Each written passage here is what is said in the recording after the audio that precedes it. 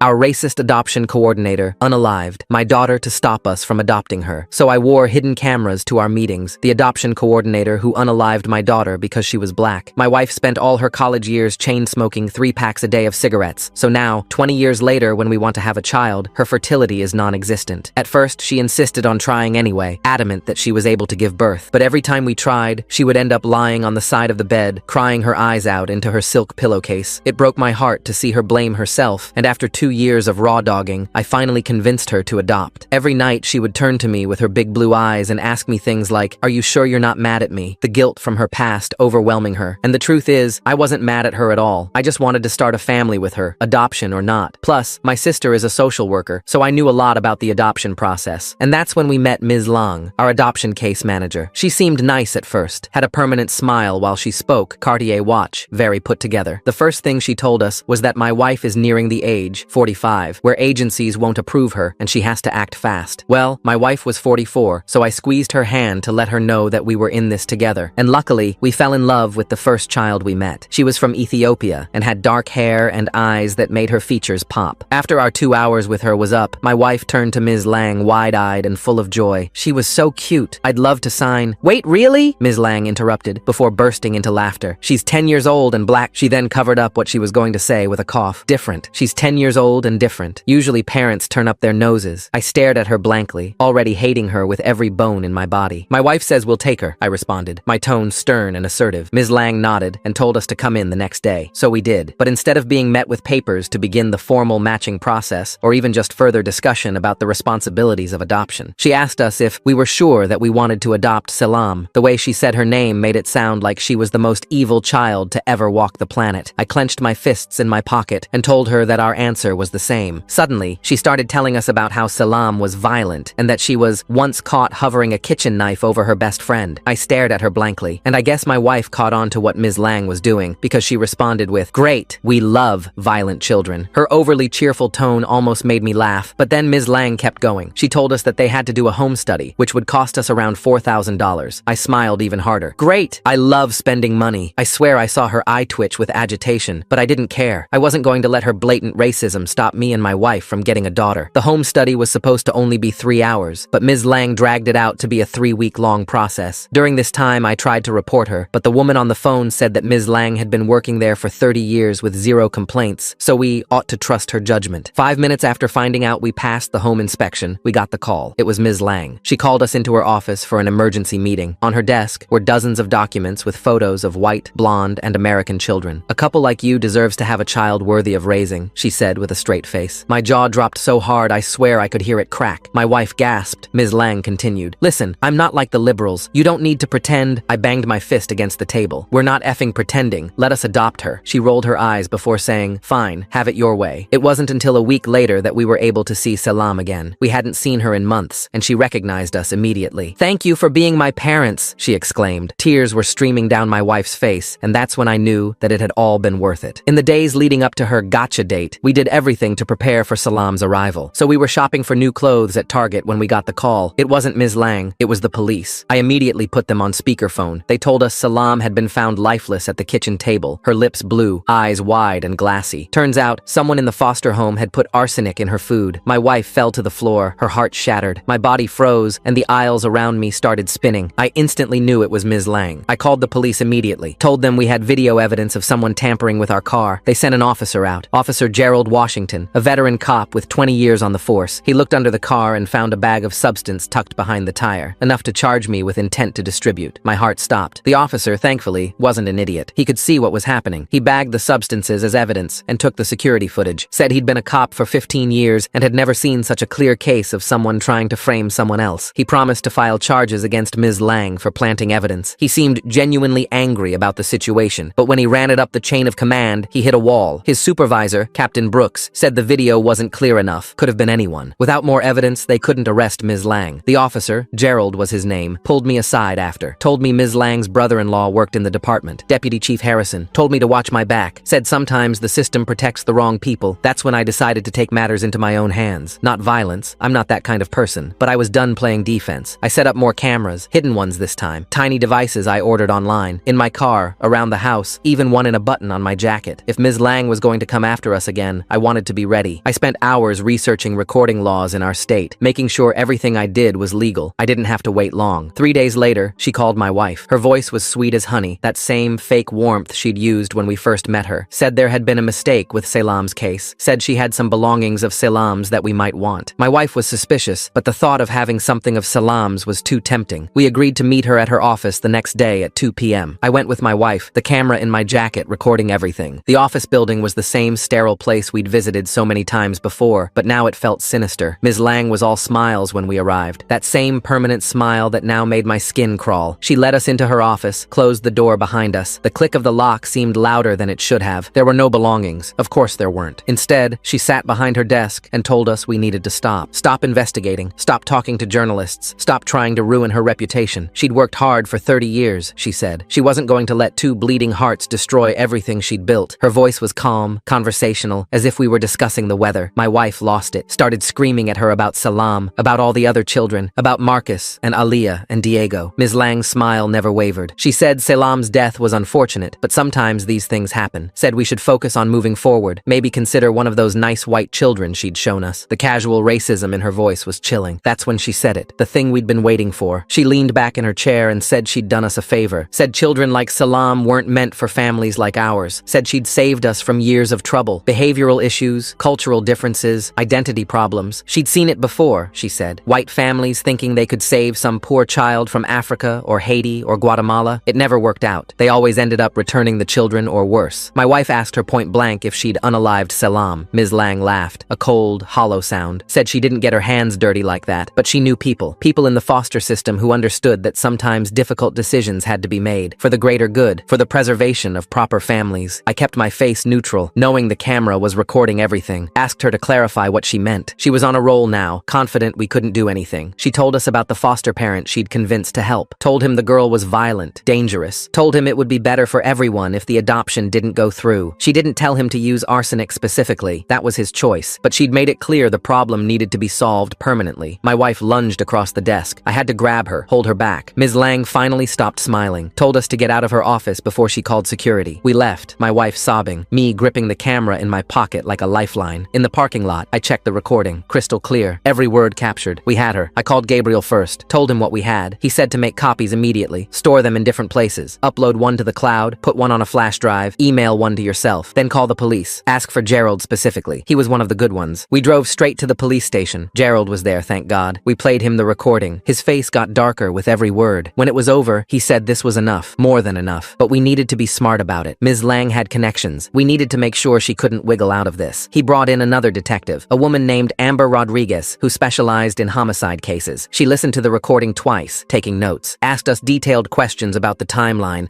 about everyone involved. She said they'd need to find the foster parent Ms. Lang mentioned, get him to flip on her. She was thorough, professional, and most importantly, she believed us. It took 3 days. 3 long days where my wife and I stayed at my sister's house, afraid to go home. We barely slept, jumping at every noise. But they found him, a man named Billy Thompson, who'd been fostering kids for 10 years. When faced with the evidence, he broke down. Admitted Ms. Lang had convinced him Salam was dangerous. Had suggested he might need to take action to protect the other children in his home. He'd put the arsenic in her food, thinking a small amount would just make her sick enough to delay the adoption. He'd used too much. He sobbed as he confessed, saying he never meant to unalive her. They arrested Ms. Lang at her office. Gerald called to tell us. Said she'd been shocked when they showed up. Kept insisting there must be some mistake. That permanent smile finally gone. They led her out in handcuffs in front of all her co-workers. Someone took a photo that ended up in the paper the next day. The story broke the next day. Hannah's article was picked up by larger papers. The headline read, "Adoption Coordinator's Decades of Discrimination and Unaliving Exposed." More families came forward. The investigation expanded. They found evidence of embezzlement, fraud, falsifying documents, and 3 other suspicious deaths over the years, all children of color whose adoptions had been blocked by Ms. Lang. The trial took 8 months. My wife and I testified. So did Jennifer and dozens of other families. Ms. Lang's lawyer, a slick man named Davidson, tried to paint her as a dedicated professional who'd made some mistakes in judgment. It was brutal. 8 months of sitting in that courtroom, watching Ms. Lang's lawyer try to twist everything. He kept saying she was just doing her job, that she had concerns about placing children in unsuitable homes. Made me want to punch him in his smug face. My wife gripped my hand so tight during testimony that I had bruises. The prosecutor, Sarah Martinez, was amazing though. She laid out everything piece by piece, had charts showing the pattern of discrimination, played my recording of Ms. Lang's confession 3 times. The foster foster dad, Billy Thompson, testified too. Broke down crying on the stand, said Ms. Lang manipulated him into thinking Salam was dangerous, said she'd shown him fake reports about violent incidents that never happened. Jennifer testified about all the falsified documents. She'd brought boxes of evidence, spent hours on the stand going through report after report. The defense tried to discredit her, said she was just a disgruntled former employee. But she had receipts for everything. Original assessments versus Ms. Lang's edited versions. The jury took notes the whole time. More families came forward during the trial. One couple from Texas flew in to testify about how Ms. Lang had sabotaged their adoption of a Mexican infant 5 years ago. Another family from Michigan talked about mysterious delays that lasted 2 years until they gave up. Each story was worse than the last. The forensic accountant they brought in was this nerdy guy named Gerald who got excited about spreadsheets. He showed how Ms. Lang had been stealing money meant for minority children's programs, moving it around through different accounts, but always ending up in her pocket. Over $300,000 over the years. The jury gasped when he showed the total. Ms. Lang took the stand on day 6 of testimony. Still had that same smile, but it looked forced now. Her lawyer had her in a conservative suit, trying to make her look like a grandmother. She denied everything at first, said the recording was taken out of context, said she'd been trying to protect children from unsuitable placements. But Sarah Martinez destroyed her on cross-examination, asked her to explain each falsified report, asked her about the money, asked her why only minority children seemed to have behavioral problems in her assessments. Ms. Lang got flustered, started contradicting herself. At one point, she snapped and said some families just weren't meant to have certain children. Her lawyer actually put his head in his hands. The worst part was when they showed photos of all the children who'd died. Salam, Marcus, Aaliyah, Diego. Beautiful kids who never got their chance at a family. My wife had to leave the courtroom. I found her in the bathroom throwing up. The bailiff, a nice woman named Robin, brought her some water and tissues. Closing arguments took a whole day. The defense tried one last time to paint Ms. Lang as a dedicated professional who'd made some errors in judgment. Said there was no direct evidence she'd unalived anyone, just hearsay and circumstantial evidence. I wanted to scream that we had her confession on tape. Sarah Martinez's closing was perfect. She walked the jury through 30 years of discrimination, theft, and unaliving. Showed how Ms. Lang had systematically prevented loving families from adopting children based solely on race. How she'd stolen money meant to help those same children. How she'd manipulated others into doing her dirty work when families wouldn't give up. The jury deliberated for 6 hours. Longest 6 hours of my life. We waited in this little room with uncomfortable chairs and old magazines. My sister brought us sandwiches, but nobody could eat. Hannah Chen was there too, covering the verdict for her paper. She'd won some journalism award for her investigation. When they called us back in, Ms. Lang wasn't smiling anymore. She looked old suddenly, like the weight of what she'd done had finally hit her. The foreman stood up, this middle-aged black woman with a stern face, guilty on all counts. Unaliving, conspiracy, embezzlement, fraud, civil rights violations. The whole list. Ms. Lang screamed when they read the verdict. Actually screamed. Said we'd all regret this, that she'd been protecting the sanctity of adoption. The judge had to have her removed from the courtroom. Her lawyer just sat there, defeated. Sentencing was 2 weeks later. The judge, an older man named Harrison, didn't mince words, called her actions reprehensible, said she'd violated the trust of countless families and children, sentenced her to life without parole. As they led her away in shackles, she looked right at us, pure hatred in her eyes. My wife didn't flinch. After the trial, we were exhausted. Went home and slept for like 15 hours straight. The house felt different somehow, lighter, like Selim's spirit could finally rest. We'd gotten justice for her and all the others, but we still had healing to do. Found a therapist who specialized in grief and trauma. Dr. Patricia Williams had this calming presence that made you want to tell her everything. We went twice a week at first. Talked about Salam, about the guilt we felt for not protecting her, about the anger at the system that had failed her. My wife had the hardest time, kept blaming herself for not seeing through Ms. Lang sooner. Dr. Williams helped her understand that predators like Ms. Lang